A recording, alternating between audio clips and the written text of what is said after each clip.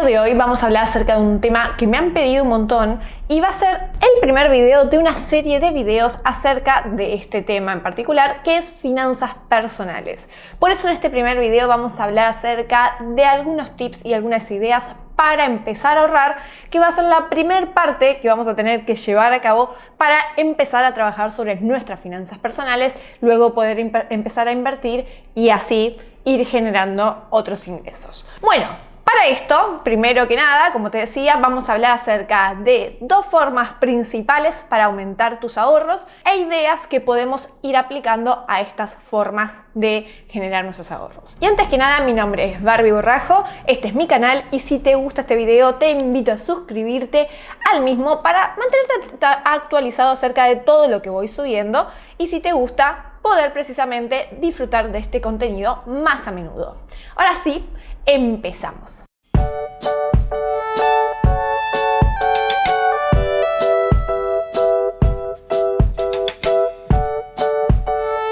Lo primero que tenemos que hablar es que es importante empezar a ahorrar porque va a ser la clave que vamos a necesitar para después empezar a utilizar esos ahorros en alguna forma de inversión. Me han preguntado muchísimo, bueno, ¿cómo invierto? ¿O en dónde invierto? Bueno, primero tenemos que asegurarnos de tener un capital para poder invertir.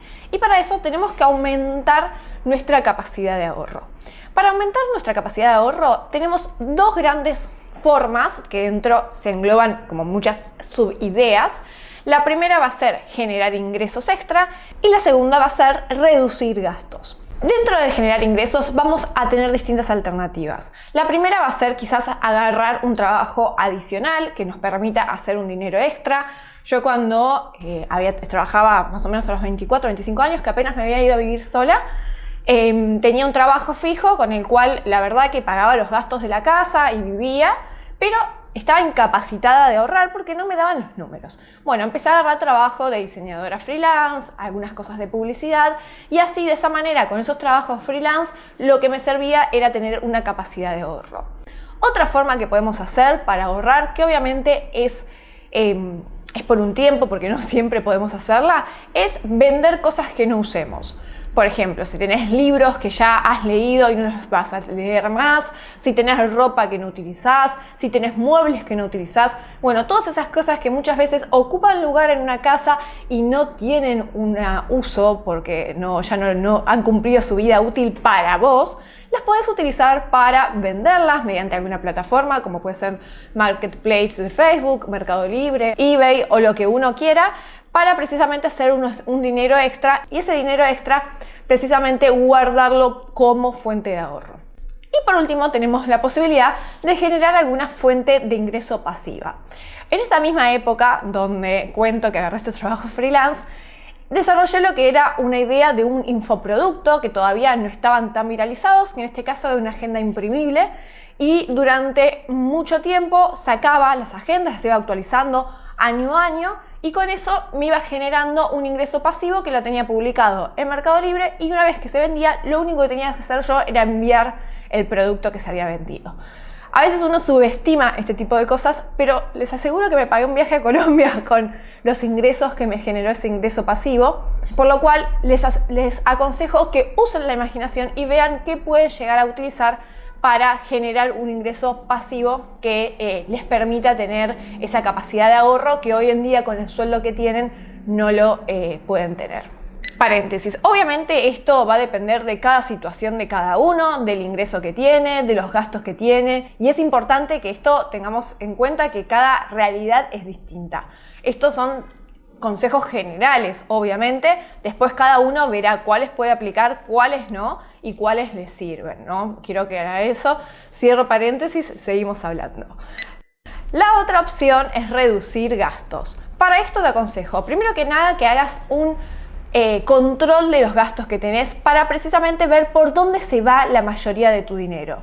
Muchas veces no tenemos idea de dónde es que se está yendo, dónde está menguando nuestro dinero. No sabemos si es que gastamos mucho en gastos fijos de la casa, si es que quizás estamos gastando mucho en internet, si es que estamos gastando mucho en ropa, en café, en delivery. Bueno, hacer un control de esos gastos un mes de forma muy detallada te va a permitir ver dónde se está filtrando la mayor cantidad de dinero de tus ingresos. Una vez que hagamos esto, vamos a precisamente poder ver cuáles son las categorías que debemos reducir. Dentro de esto también tenemos que tener en cuenta cuidar los gastos hormigas. ¿Qué son los gastos hormigas? Esos gastos que nos parecen tan chiquititos que ni los tenemos en cuenta, pero cuando se suman es un montón. Por ejemplo, cuando yo trabajaba en el centro del microcentro, acá en Capital Federal, en Buenos Aires, tenía la mala costumbre de muchas veces ir a tomar café antes de entrar a la oficina o comprarme un café para ir a la oficina.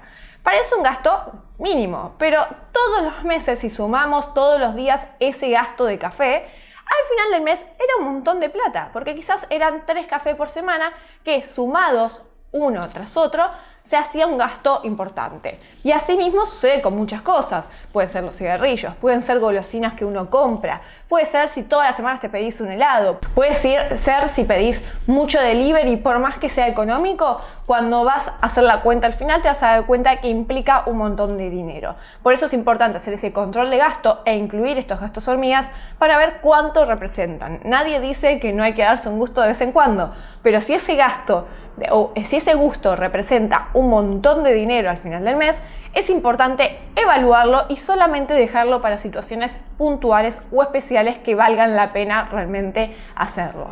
El siguiente tip para reducir gastos es evitar las compras impulsivas. Esas compras que pasaste caminando, viste o de repente se te ocurrió porque viste a que alguien lo tenía y te gustó, o lo que uno pasa que muchas veces ve algo en la tele, ve algo en Instagram y de repente decís quiero comprarlo. Bueno, siempre que vayas a hacer un gasto relativamente grande, evita comprarlo en ese momento, frená, pensalo, tomate al menos 2 o 3 días y si seguís queriendo comprarlo al cabo de esos 2 o 3 días, ahí recién realiza la compra. ¿Por qué? Porque muchas veces estamos aburridos, más en época de COVID donde salimos menos y estamos ahí aburridos y decimos, de repente esto y no puedo vivir sin esto y realmente este producto que hasta ahora no sabía que lo necesitaba, ahora se me hace inevitable la necesidad de tenerlo. Bueno, eso es un gasto impulsivo, es un gasto que no tiene ningún tipo de sentido.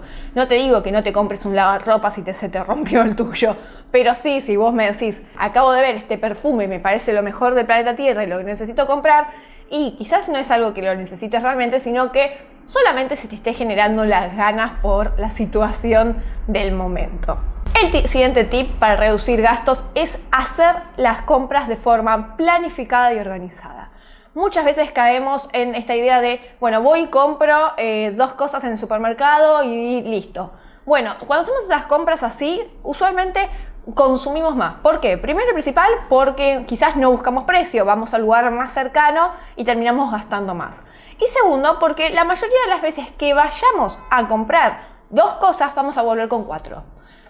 Cosas que se te hayan ocurrido, cosas que viste y te gustó, cosas que hayas dicho, che, esto lo podría llevar. Y así, de esa manera, cada vez que vas, terminás gastando más dinero del que esperabas gastar y a fin de mes se hace una suma mucho más importante. Por eso es importante hacer una lista de compras, tener más o menos ir viendo cuáles son los lugares donde podés comprar y conseguir un mejor precio, ya sea verdulería, carnicería o un supermercado o dietética o donde es que vayas a comprar los productos que consumís.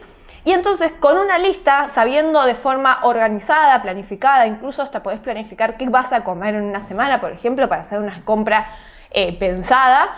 Y de esa manera vas a ir y vas a darte cuenta que vas a gastar muchísimo menos porque vas a hacer una compra grande, pero después te vas a evitar esos gastos precisamente hormigas que te pueden tentar cada vez que vas al supermercado. Y por último, te aconsejo que mientras puedas evites contraer deudas.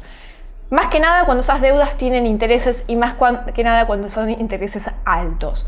Porque uno quizás para comprar algo, yo trabajé en una financiera mucho tiempo y sé qué pasa, que mucha gente saca un préstamo por necesidad, porque es la única manera que tiene para un gasto que tiene que hacer importante, pero también hay mucha gente que gasta porque quiere comprarse algo específico que quizás no es tan importante o no es tan relevante y contraen una deuda que les va a costar muchísimo más de lo que realmente valía ese producto o ese gasto que necesitaban hacer. Por eso te aconsejo que antes de adquirir una deuda, realmente te fijes que valga la pena hacerlo y que sea algo que vayas a poder costear también, porque una vez que ingresas en ese círculo vicioso donde la deuda te va comiendo vivo y te va haciendo que no puedas pagarla, es un camino de ida y después es muy difícil cortarlo. Por eso siempre que vayas a contraer una deuda, te aconsejo que no solamente mires a grandes rasgos, sino que te pares a mirar cuánto es lo que vas a devolver, cuál es la tasa de interés, cuál es la tasa nominal anual y cuál es el costo financiero total, que quiere decir cuánto efectivamente vas a terminar pagando por ese préstamo. Y ahora algunos tips que te pueden ser de ayuda. Primero que nada, pagate primero vos. ¿Y esto qué quiere decir? Que cuando recibas el pago por tu trabajo, ya sea en relación de dependencia o que hagas distintos trabajos y cobres por distintos trabajos, cada vez que vos tengas un ingreso, reserva una parte de ese ingreso para tus ahorros. No lo hagas al final del mes, porque al final del mes probablemente te hayas gastado de más y por ende tu capacidad de ahorro se vea reducida. Vos lo que tenés que hacer es al principio de mes separar la plata que pensás ahorrar y dejarla guardada. Si después hay una emergencia realmente, la podés tocar, pero la idea es que vos ya te olvides de ese dinero y de esa manera ya tengas ese ahorro guardado. Y segundo, que para realizar esto establezcas un porcentaje de lo que querés ahorrar.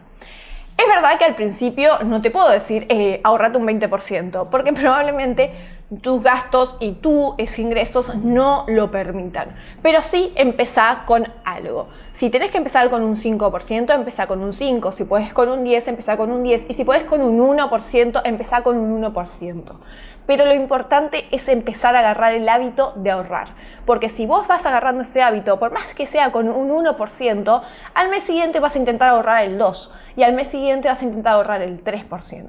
Y así, de a poquito, vas a poder empezar a tener ahorros que te pueden llegar a servir tanto para una emergencia, para invertir precisamente e ir generando más dinero, o para unas vacaciones o un gasto que quieras hacer. Por eso mismo es importante agarrar este hábito y empezar a aplicarlo en tus finanzas. Si este video te gustó, si te parece que esta tanda de videos te pueden llegar a ser útil, te pido que los dejes en los comentarios y en el próximo video seguiremos hablando acerca de cómo ir organizando nuestras finanzas personales para precisamente ir pudiendo tener cada vez una libertad financiera mayor. Espero que te haya servido, te invito a suscribirte al canal y a dejarme un like si te gustó. Te mando un abrazo grande y que tengas una buena tarde. ¡Mua! En el video de hoy te voy a dar 5 consejos de cosas que podemos realizar antes de empezar el 2021 que te pueden llegar a servir para sacarnos la mala energía que venimos trayendo del 2020 y arrancar el 2021 con otra onda y con otra predisposición.